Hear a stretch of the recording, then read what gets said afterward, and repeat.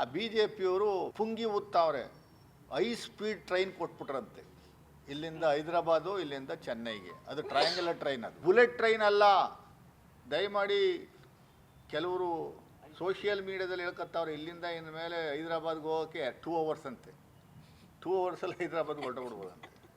ಇಲ್ಲಿಂದ ಚೆನ್ನೈಗೆ ಹೋಗೋಕ್ಕೆ 1.5 ಅವರ್. ಇದು ಸುಳ್ಳು ಸುದ್ದಿಗಳು. It is not bullet train. Bullet train ಬಿಡಬೇಕು ಅಂತಂದರೆ ಎಂಟೈರ್ ಟ್ರಾಕ್ ಸಿಸ್ಟಮ್ ಚೇಂಜ್ ಆಗಬೇಕು, ಆ ಕಡೆ ಈ ಕಡೆ ಸಂಪೂರ್ಣ ಬ್ಯಾರಿಕೇಡ್ ಆಗಬೇಕು, ಒಂದೇ ಒಂದು ಸೊಳ್ಳೆ ಹೊರಗಡೆ ಬರ್ದಂಗೆ ಮಾಡ್ಕೋಬೇಕು. ಅದು 230, 250, 300 ಕಿಲೋಮೀಟರ್ ಸ್ಪೀಡಲ್ಲಿ ಹೋಗ್ತಾ ಇದೆ ಅಂತಂದರೆ ಅಟ್ಲೀಸ್ಟ್ 50-60 ಮೀಟ್ರ್ ದೂರಕ್ಕೆ ಏನೂ ಇರ್ಬೋದು, ಎಳ್ಕೊಂಬಿಡ್ತದೆ. ಇಲ್ಲ ಅಂದರೆ ಪಕ್ಕದಲ್ಲಿ ನೋಡೋಕ್ಕೆ ಅಂತ ನಿಂತಿದ್ರು ಎಳೆದ್ಬಿಡ್ತದೆ. ಲೈನ್ ಸ್ಟ್ರೈಟ್ ಇರಬೇಕು. ಇದು ನಮ್ಮ ದೇಶದಲ್ಲಿ ಆಗಲ್ಲ.